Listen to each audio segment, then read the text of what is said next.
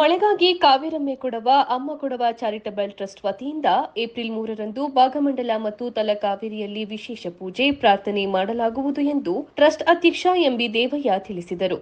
ನಗರದಲ್ಲಿ ಸುದ್ದಿಗೋಷ್ಠಿ ನಡೆಸಿ ಮಾತನಾಡಿದ ಅವರು, ಜಿಲ್ಲಾದ್ಯಂತ ಮಳೆಯಾಗಲು ದೇವರಲ್ಲಿ ಪ್ರಾರ್ಥಿಸುವುದು ಅನಿವಾರ್ಯವಾಗಿದೆ. ಆ ನಿಟ್ಟಿನಲ್ಲಿ ಏಪ್ರಿಲ್ 3ರಂದು ಟ್ರಸ್ಟ್ ವತಿಯಿಂದ ಬೆಳಗ್ಗೆ 6:30ಕ್ಕೆ ಭಾಗಮಂಡಲದ ಭಗಂಡೇಶ್ವರ ಸನ್ನಿಧಿಯಲ್ಲಿ ಪೂಜೆ ಸಲ್ಲಿಸಲಾಗುವುದು. ನಂತರ ತಲಕಾವೇರಿಗೆ ತೆರಳಿ ಕಾವೇರಿ ಮಾತೆಗೆ ವಿಶೇಷ ಪೂಜೆ ಹಾಗೂ ಪ್ರಾರ್ಥನೆ ಸಲ್ಲಿಸಲಾಗುವುದು. ಈ ಸಂದರ್ಭ ಎಳನೀರು ಅಭಿಷೇಕ ಮಾಡಲಾಗುವುದು. ಆದ್ದರಿಂದ ಪೂಜಾ ಕಾರ್ಯಕ್ರಮಕ್ಕೆ ಹೆಚ್ಚಿನ ಸಂಖ್ಯೆಯಲ್ಲಿ ಭಕ್ತರು ಆಗಮಿಸುವುದರ ಜೊತೆಗೆ ಎಳನೀರು ತಂದು ಅರ್ಪಿಸಬೇಕೆಂದು ಮನವಿ ಮಾಡಿದರು.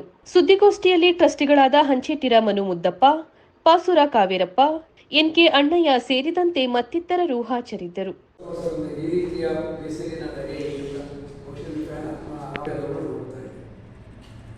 ಇದರ ಸಲುವಾಗಿ ಸಾಮಾನ್ಯವಾಗಿ ನಾವೆಲ್ಲರೂ ತಿಳಿದಂತೆ ಧರ್ಮ ನಂಬಿಕೆಯವರು, ಪ್ರಕೃತಿಯನ್ನು ಪ್ರೀತಿಸುವವರು, ದೇವರ ಮೇಲೆ ವಿಶ್ವಾಸವಿರತಕ್ಕಂಥವರು, ದೇವರಲ್ಲೇ ಮಳೆ ಹೋಗುವುದು ಸರ್ವಸಾಮಾನ್ಯ.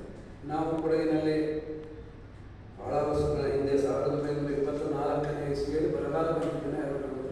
ಯಾವಾಗ ನಾವು ಯಾರು ಈ ಲೋಕದಲ್ಲಿ ಯಾವ ಜನ್ಮದಿಂದ ಗೊತ್ತಿಲ್ಲ. ಸೊ ಅಲ್ಲಿಂದ ಇಲ್ಲಿಗೆ ಕೊಡೋದು ಇಷ್ಟು ಪರಿಣಾಮ ಆಗಲಿಲ್ಲ. 2018ರಲ್ಲಿ ಆದಾಗ ಸ್ವಲ್ಪ ಮಳೆ ತಡವಾಯಿತು ನಾನು ತಿಳಿದಂಗೆ. ತದನಂತರ ಹದ ಮಳೆ ಬಂದು ಚೆನ್ನಾಗಿ ಬೇಸಾಯ, ವ್ಯವಸಾಯ ಎಲ್ಲವೂ ತೊಂದರೆ ನಡೆಯುತ್ತೆ. ಈ ವರ್ಷ ಮಳೆ ಕಡಿಮೆ ಆಯಿತು, ಇನ್ನೂ ಮಳೆ ಬರ್ತಾ ಇಲ್ಲ. ಕೆಲವು ಕಡೆಯಲ್ಲಿ ಬರ್ತಾ ಇಲ್ಲ. ಉತ್ತರ ಭಾರತದಲ್ಲಿ ಮಳೆ ಇದೆ ಅಂತ ನಾವು ರೇಡಿಯೋ ಟಿವಿಗಳಲ್ಲಿ ನೋಡಿದ್ದೀವಿ. ಮಳೆ ಇಲ್ಲದಾದರೆ ತಪ್ಪ ಕಾವೇರಮ್ಮಲ್ಲಿ ಹೋಗಿ ನಾಡಿನ ಜನ ಎಲ್ಲರೂ ಸಮಸ್ತ ಜನ, ಅದರಲ್ಲಿ ಹಿಂದೂ, ಮುಸ್ಲಿಂ, ಕ್ರೈಸ್ತನ್, ಯಹೂದಿ, ಜೈನ, ಬುದ್ಧ ಯಾರೆಲ್ಲ ಎಲ್ಲ ಜನರಿಗೂ ಮಳೆ ಬೇಕು. ಎಲ್ಲ ಪ್ರಾಣಿ, ಪಕ್ಷಿ, ಜೀವ, ಜಂತು, ಚರಾಚರ ವಸ್ತುಗಳಿಗೂ ಮಳೆಯ ಅವಶ್ಯಕತೆ ಇದೆ. ನೀರಿನ ಅವಶ್ಯಕತೆ ಇದೆ. ನೀರಿನ ಮೂಲಗಳು ಬತ್ತುತ್ತಾ ಇದೆ. ಇಲ್ಲೇ ಪದ ತೋರಿಸಿದರೆ ನೀರಿನ ಮೂಲವನ್ನು ಬತ್ತಿಸುವುದಕ್ಕೆ ಆಳಿದ ಸರ್ಕಾರಗಳು ಕಾರಣ ಅಂತ ನನಗೆ ಅನಿಸುತ್ತೆ.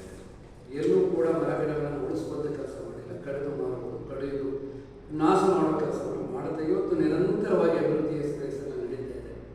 ಇದರ ಪರಿಣಾಮವನ್ನು ನಾವೆಲ್ಲರೂ ಈಗ ಸರಿಸಾಮಾನ್ಯ ಮನುಷ್ಯ ಅನುಭವಿಸ್ತಾ ಇದ್ದೇವೆ.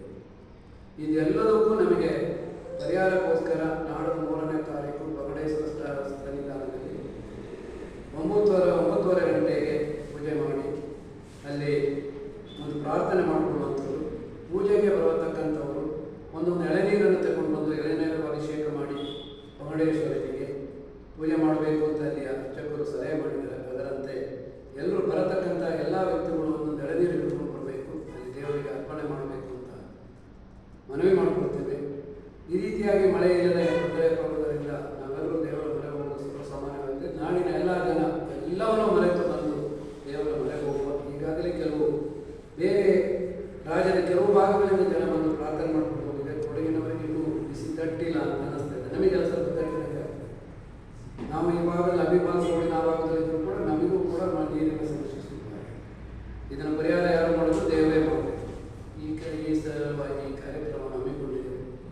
ತಾವು ಕೂಡ ಹೆಚ್ಚಿನ ಸಂಖ್ಯೆಯಲ್ಲಿ ಬಂದು ಈ ಕಾರ್ಯಕ್ರಮಕ್ಕೆ ಭಾಗವಹಿಸಿ ಯಶಸ್ವಿ ಮಾಡಿ ಕೊಡಬೇಕು. ನಾವೆಲ್ಲರೂ ದೇವರ ಕೃಪೆಗೆ ಪಾತ್ರರಾಗಬೇಕು ಅಂತ ಈ ಪತ್ರಿಕಾಗೋಷ್ಠಿಗಳ ಮೂಲಕ ನಾಗರಿಕ ಜನಾಂಗಕ್ಕೆ ಈ ವಿಷಯವನ್ನು ತಿಳಿಸೋಕ್ಕೋಸ್ಕರ